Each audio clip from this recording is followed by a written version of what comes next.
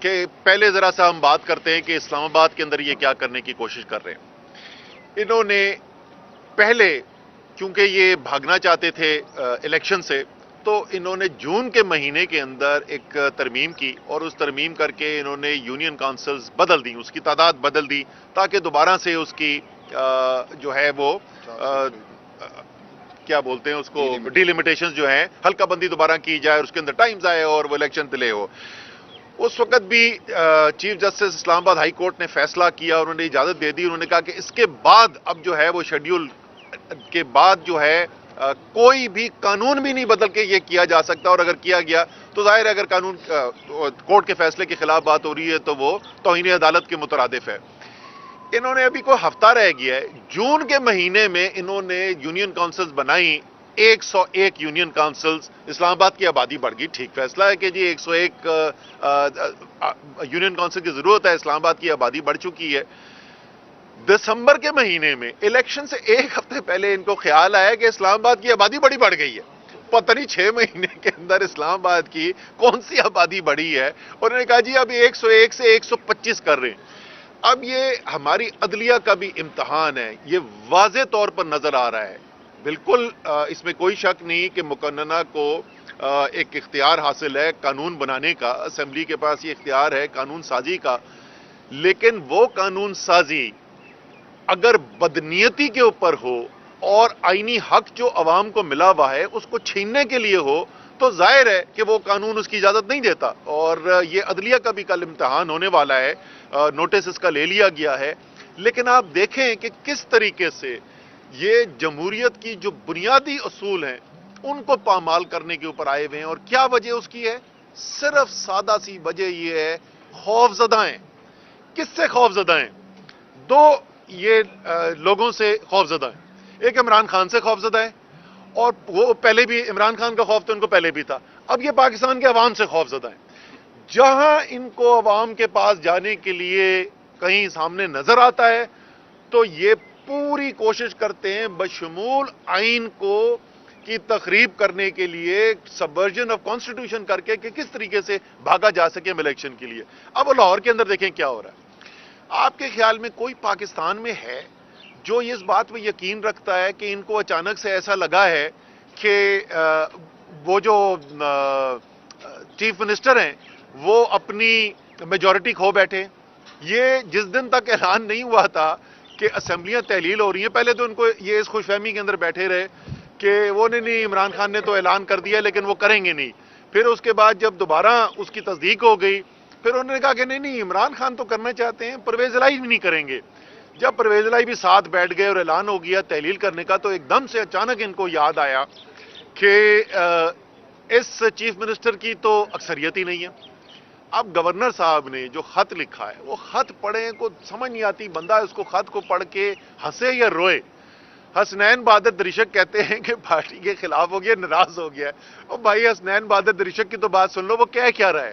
وہ کہتے ہیں کہ پرویز الہی کی اور عمران خان کی اور تحریک انصاف اور پی ایم ایل کیو کی آپس کے اندر جو ہے وہ پتہ نہیں کیا دوریاں پیدا ہو گئی ہیں. انہوں نے پھر پارٹی کے اجلاس کر کے دوبارہ تصدیق کر دی اس بات کی. پرویز الہی بار بار کہہ رہے ہیں کہ میں ابھی بھی عمران خان کے فیصلے کے ساتھ کھڑا ہوں اور تحلیل کے فیصلے کے ساتھ کھڑا ہوں. ایک اور کسی کا پتہ نہیں اسی طریقے کا کوئی ایک مزاحیہ قسم کا ایک اور اس کے اندر کوئی وجہ دی ہوئی ہے. لیکن یہ ساری قوم کو نظر آ رہا ہے، نہ ان وجوہات سے کوئی تعلق ہے، نہ یہ اکثریت کا سوال ہے. خوف کس چیز کا ہے؟ خوف اس بات کا ہے کہ کہیں ان کو عوام کے پاس نہ جانا پڑ جائے، ان کو ووٹ نہ مانگنا پڑ جائے. تو آپ کی تمام جو پاکستان کے اندر پچھلے 8 ماہ کے اندر عمران خان نے پاکستان کی تاریخ کے سب سے بڑے جلسے کیے، جلوس نکلے، جو 75 سے 80% الیکشن ہوئے وہ تحریک انصاف جیتتی رہی. آپ ان سب چیزوں کو بھی اگر نظر انداز کر دینا تو صرف اس وقت آپ کو اس امپورٹڈ حکومت کے جو یہ فیصلے نظر آ رہے ہیں، جس طریقے سے پہلے وہ کراچی کے الیکشن سے بھاگے، کراچی اور حیدرآباد کے. میں وہاں پہ زمین کے اوپر کیمپین کر رہا ہوں کراچی میں، 3 دن کیمپین کی. آخری دن کے آخری جلسے رات کو 11 بجے میں جلسے میں پہنچا، بریکنگ نیوز آ گئی جی کراچی کے الیکشن ملتوی ہو گئے. بھائی کیوں ملتوی ہو گئے؟ کہتے ہیں جی بارشیں بہت زیادہ ہیں کراچی کی. یار ہم زمین پہ کھڑے ہوئے کراچی میں، کون سی بارشیں تھیں وہ بہت زیادہ؟ کراچی کا الیکشن ملتوی، اسلام آباد سے بھاگ گئے، پنجاب کے الیکشن سے بھاگ رہے ہیں، خیبر پختونخوا کے الیکشن سے بھاگ رہے ہیں. یہ لوگ جو ہیں ان کو بات سمجھ میں آ گئی ہے کہ عمران خان سے سیاسی مقابلہ نہیں کیا جا سکتا، اس لیے پہلے انہوں نے کوشش کی کہ قانونی طریقے سے عمران خان کو گرایا جائے. وہ جو کہتے تھے کیا لوگ کہ ٹیکنیکل ناک آؤٹ، میں بار بار لوگوں کو سمجھاتا تھا بھائی ٹیکنیکل ناک آؤٹ کی بھی کوئی گنجائش نہیں ہے. وہ توشہ خانہ کا کیس خدا پہاڑ نکلا چوہا، اس کے اندر سے کچھ نہیں نکلا. اور مجھے بڑی خوشی ہے اسلام آباد ہائی کورٹ نے جو فیصلہ کیا ہے، لاہور ہائی کورٹ نے فیصلہ کیا ہے کہ وہ توشہ خانہ کے جو پرانے تمام جتنے ریکارڈز ہیں وہ سب ذرا عوام کے سامنے لا کے رکھے نا، کورٹ کے سامنے لا کے رکھے. شاید اسی کے لیے جیسے ہی وہ فیصلہ ہے، اگلے دن گور بلوچ نے جو الیکشن کمیشن آف پاکستان میں عمران خان کے خلاف توشہ خانہ کا کیس کیا ہوا تھا وہ انہوں نے وڈرا کر دیا، اس کیس سے ہی بھاگ گئے. توشہ خانہ ٹرائی کیا، پتہ نہیں کیا کیا، توہین عدالت، توہین مطلب ہر چیز جو یہ کوشش کر سکتے تھے وہ بھی تمام ناکام ہو گئی. سیاسی میدان میں بھی ناکام ہو گئے، عدالتوں میں بھی ناکام ہو گئے. پھر انہوں نے کوشش کی کہ عمران خان کو جسمانی طور پر ہی ختم کر دیا جائے، قتل کر دیا جائے. منصوبہ بنا کے، باقاعدہ منصوبہ بنا کے قتل کرنے کی کوشش کی. لیکن بھول یہ گئے کہ انسان کی جان جو ہے، اس کی موت جو ہے، وہ اللہ تعالیٰ کا فیصلہ ہے، وہ ان لوگوں کا فیصلہ نہیں ہے. وہ کسی انسان کے ہاتھ میں نہیں ہے، نہ کہ ان جیسے بزدلوں کے ہاتھ میں ہو. اللہ تعالیٰ نے ابھی عمران خان سے اور بہت کام لینے ہیں اس قوم کے لیے، تو وہ بھی ان کا منصوبہ ناکام ہو گیا. اس کے بعد انہوں نے جعلی وہ آڈیو چلانی شروع کر دی. پھر تم سمجھ نہیں آتی ہے، خدا کا واسطہ اپنے آپ کو مسلمان کہتے ہو، ذرا کو پڑھ تو لو قرآن کے اندر لکھا ہوا کیا ہے. جس طریقے سے موت اللہ تعالیٰ کے ہاتھ میں ہے، اسی طریقے سے انسان کی عزت اور ذلت جو ہے وہ بھی اللہ تعالیٰ کے ہاتھ میں. کوئی وزیر اعظم کی کرسی سے نیچے اتر کے عوام کے دلوں کے اوپر راج کرتا ہے اور لوگوں میں اس کی عزت اور اوپر چلی جاتی ہے، اور کوئی وزیر اعظم کی کرسی پہ بیٹھ کے ذلت اور رسوائی کے علاوہ اور کچھ نہیں دیکھتا. تو تمام حربے ان کے ناکام ہو چکے ہیں. اب دونوں اسلام آباد والا بھی معاملہ، اور مجھے لگ رہا ہے کہ انہوں نے آخرکار جو ہے لاہور کے لیے بھی، پنجاب کے لیے بھی کورٹ کے اندر ہی جانا ہے. عدلیہ کی طرف یہ معاملات جا رہے ہیں. تو یہ پاکستان کے عوام ظاہر ہے اپنی عدلیہ سے امید رکھتے ہیں، اور جو بھی فیصلے کیے جائیں گے اس میں یہ تناظر جو ہے اس کو ضرور سامنے رکھا جائے گا. کیونکہ انصاف جو کیا جاتا ہے وہ انصاف صرف قانون کے لفظوں پر نہیں کیا جاتا، حالانکہ یہاں پہ تو لفظوں بھی کیا جائے تو اس میں بھی فیصلہ جو ہے ان کے خلاف ہی آئے گا، امپورٹنٹ حکومت کے. لیکن یہ دیکھا جاتا ہے کہ نیت پیچھے کیا ہے، مقصد کیا ہے.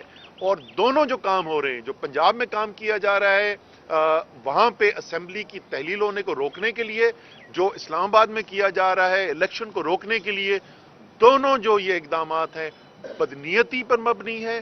عوام کی جو بنیادی حق ہے جس کے اوپر پوری جمہوریت کھڑی ہوئی ہے کہ عوام کو یہ حق حاصل کہ اپنی ووٹ کی بنیاد پر اوپر وہ فیصلے کریں گے کہ کون منصب اقتدار پہ بیٹھے گا اور کس طرف ملک کو لے کر جانا ہے.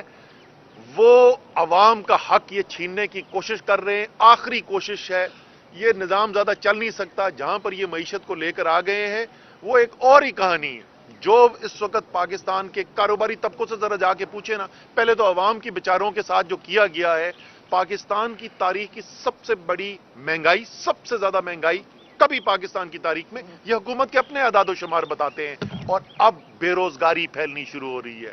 15 لاکھ لوگ بے روزگار ہو گئے صرف ایک ٹیکسٹائل کی صنعت کے اندر. کسان سے جا کے پوچھیں اس وقت جو بدحالی ہے اس وقت کسان کی، جو لوگ کاروبار کرتے ہیں ان سے پوچھیں کہ اس وقت صورتحال کیا ہے، کہ ایک ایک ڈالر ملک سے باہر بھیجنے کے لیے کتنی مشکلات آ رہی ہیں. اور اس کا نتیجہ کیا ہوا ہے؟ اس کا نتیجہ یہ ہوا ہے کہ ایک جعلی ایک بلیک مارکیٹ کھل گئی ہے ڈالروں کے لیے، اور جو انٹر بینک مارکیٹ ہے، جو آفیشل مارکیٹ ہے اس میں، اور جو باہر کی جو بلیک مارکیٹ ہے اس کے اندر 25 30 روپے کا فرق ہو گیا ہے. اس کا نتیجہ کیا نکل رہا ہے کہ ترسیلات زر جو نیچے آ رہی ہیں وہ گرتی چلی جا رہی ہیں، آفیشل ذرائع سے آ نہیں رہی ہیں. لوگ ظاہر ہے اپنے لیے زیادہ پیسے کے لیے وہ باہر کی پھر جو مارکیٹ ہے اس کو استعمال کر رہے ہیں. جس طریقے سے پاکستان کو نقصان پہنچایا جا سکتا تھا وہ ہر چیز ہمیں ہوتی ہوئی نظر آ رہی ہے. یہ جو رجیم چینج آپریشن پاکستان کے اوپر کیا گیا واضح بیرونی مداخلت، میں بار بار وہی الفاظ استعمال کرتا ہوں جو قومی سلامتی کمیٹی کے الفاظ ہیں، واضح بیرونی مداخلت کی بنیاد پر جو رجیم چینج ہوا، جو ضمیروں کی منڈی لگا کے رجیم چینج آپریشن کیا گیا، اس نے پاکستان کی جڑیں کھوکھلی کر کے رکھ دی ہیں۔ اس وقت خیبر پختونخوا میں جائیں اور ذرا جا کے لوگوں سے بات کریں کہ وہاں امن و امامہ کی صورتحال کیا ہو رہی ہے۔ اور یہ تقریر کر رہے تھے اس دن رانا ثناء اللہ بیٹھے ہوئے، بارڈر کنٹرول کرنا، جب بارڈر کی دوسری طرف سے جو ٹیررسٹ آ رہے ہیں وہ صوبائی حکومت کی ذمہ داری ہوتی ہے، اس کے وسائل صوبائی حکومت کے پاس ہوتے ہیں، کیا ٹیررزم جو ہے وہ صوبائی سبجیکٹ ہے؟ جیسے میں نے کہا کہ اگر یہ کوئی منصوبہ بھی بنائے کہ پاکستان کو کس طریقے سے کمزور کیا جا سکتا ہے، تو وہ اتنی افادیت کے ساتھ کام نہ کر سکے جتنا یہ پچھلے 8 مہینے میں رجیم چینج آپریشن کے بعد ہوا ہے۔ اور یہاں سے باہر نکلنے کا راستہ، واحد راستہ یہی ہے، عوام کے پاس جایا جائے، فریش مینڈیٹ لیا جائے، اور امید ہے کہ کورٹس جو ہیں، یہ جو آخری ان کی ڈیسپریٹ اٹیمپٹ ہے کہ کسی طریقے سے الیکشن کو روکا جائے اس امپورٹڈ حکومت کی، وہ کورٹس جو ہیں وہ اس کو رد کریں گے، اور انشاءاللہ تعالی پاکستان کے عوام جو ہے ایک نئے الیکشن کی طرف جائیں گے۔ جو وزارت داخلہ کا خط تھا، الیکشن کمیشن نے تو اس پہ اپنی عزت بچائی ہے۔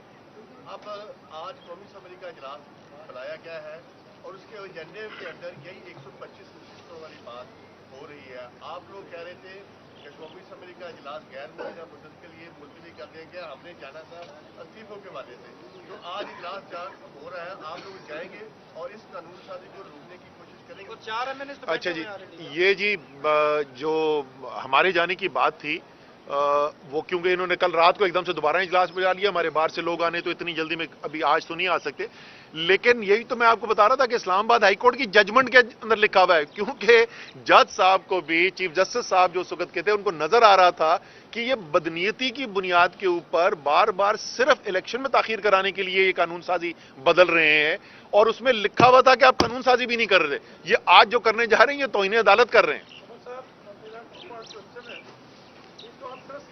بات کرتے آ رہے ہیں اور آپ کی طرف بہت سے لوگ بات کرتے ہیں، لیکن دوسری طرف موجودہ جو حکومت ہے وہ کامیاب ہو گئی ہے 9 جنوری کو جنیوا میں ایک ڈوٹرس کانفرنس کرانے کے حوالے سے، اور بلاول بھٹو زرداری اس سے بہت سی امیدیں لگا کے بیٹھے ہیں۔ How do you view the expected results right from that very conference? Number 1۔